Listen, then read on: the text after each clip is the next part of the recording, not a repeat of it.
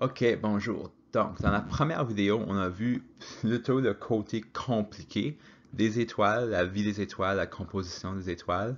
Euh, dans cette vidéo, on va parler de la formation des constellations, qui sont réellement juste une création humaine euh, de notre compréhension des étoiles. Les constellations, c'est pas quelque chose que la nature crée, c'est nous autres qui créons les constellations.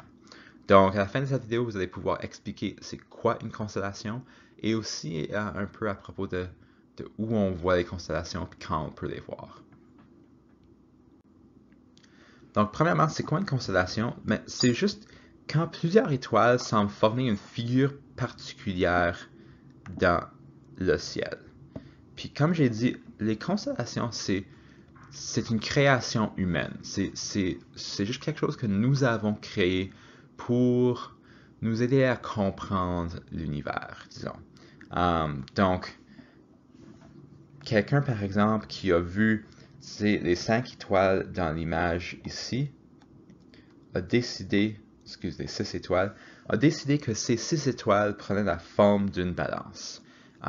Et il y a beaucoup de cultures dans l'histoire, les cultures européennes, les cultures autochtones, qui ont associé des légendes, des histoires, des mythes à ces constellations basées sur leurs croyances et les croyances de l'époque. Une chose qui est importante à réaliser, c'est que les constellations ne représentent pas des étoiles qui sont tous dans le même plan. On les voit comme étant dans le même plan, juste à cause de leur brillance et de la distance de la Terre. Mais ce diagramme à droite ici montre que, en fait, les étoiles dans l'espace sont dans un espace 3-dimensionnel. Puis ce qu'on voit ici, comme Cassiopée, ça c'est Cassiopée, la constellation Cassiopée, les étoiles, on les voit comme étant dans le même plan, mais réellement, tu as comme 3 étoiles qui sont ici, puis là, tu as 2 étoiles qui sont tout à fait en arrière. Donc, en 3 dimensions, les étoiles, si tu les regardais du côté, tu ne pourrais pas voir la constellation. C'est seulement en les regardant de la Terre qu'ils apparaissent comme étant dans un même plan. Donc, combien est-ce qu'il y a de constellations? Ben, l'Union astronomique internationale reconnaît 88 constellations officielles. Parmi les plus fameux, c'est les signes du zodiaque. Donc là, il y a également le domaine de l'astrologie et non de l'astronomie. L'astrologie, c'est les gens qui utilisent les signes du zodiaque et l'emplacement des signes, des constellations du zodiaque dans le ciel pour prédire l'avenir, pour prédire ce qui va se passer. Ça n'a rien à faire avec l'astronomie, c'est un domaine d'études complètement différente, peu importe si tu crois là-dedans ou non. Mais l'astrologie est venue de l'astronomie parce que les signes du zodiaque, il y a réellement des constellations pour les différents signes du zodiaque qu'on peut voir dans le ciel. Donc l'Union astronomique reconnaît 88 constellations, mais en réalité, comme n'importe qui peut créer une constellation juste en regardant dans le ciel et en associant une figure à différents patrons d'étoiles qu'il voit dans le ciel.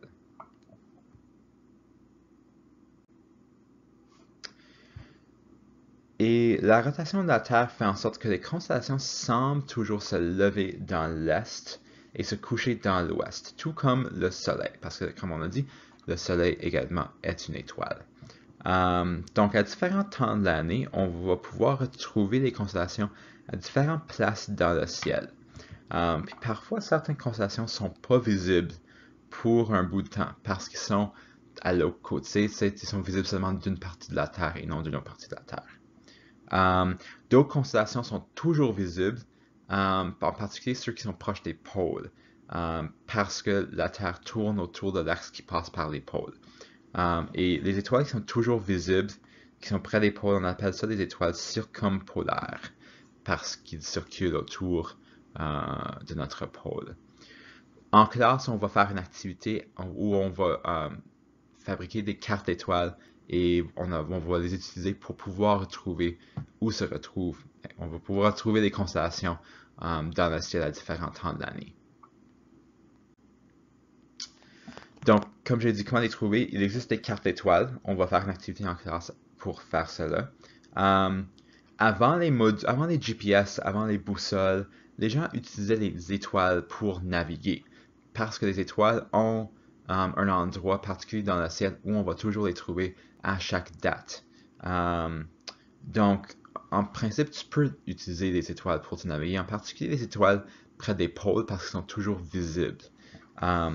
Donc,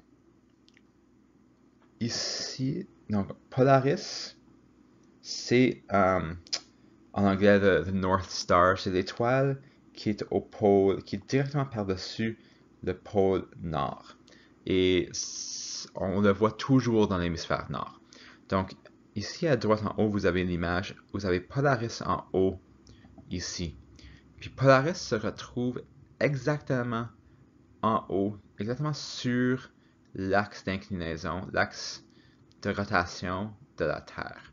Donc la Terre tourne, la Terre est en train de tourner, Polaris est toujours directement au-dessus du pôle nord et est toujours visible quand vous êtes dans l'hémisphère nord.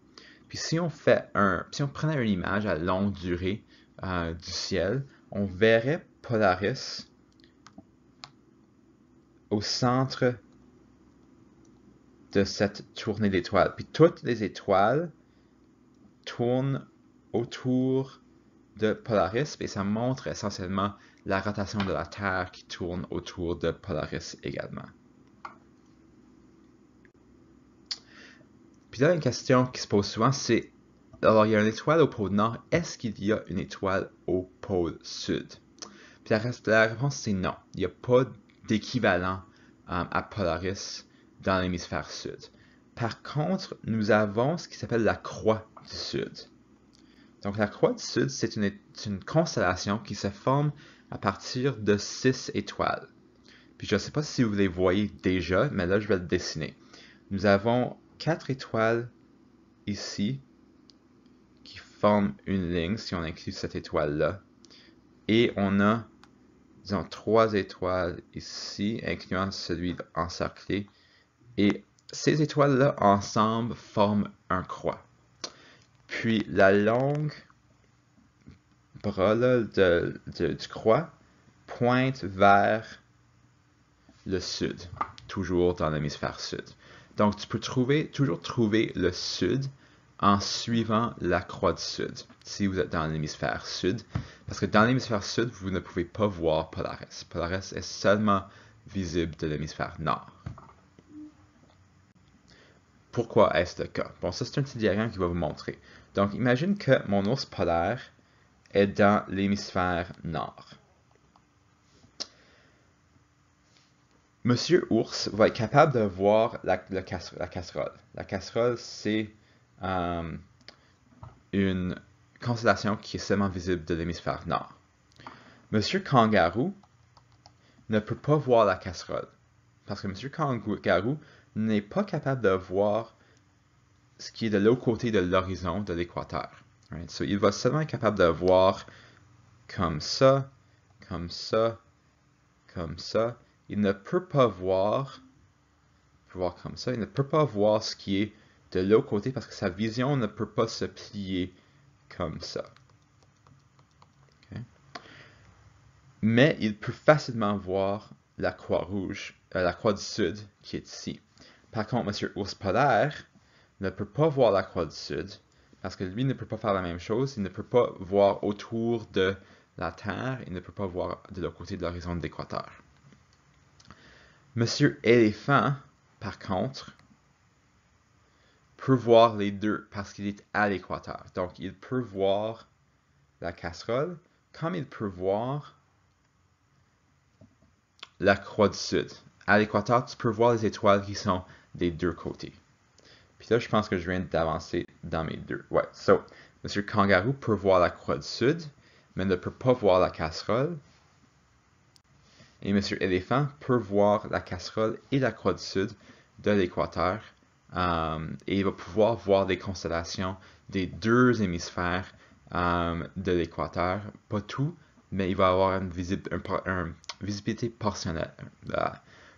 Il va être capable d'avoir une portion des constellations qui sont des deux hémisphères.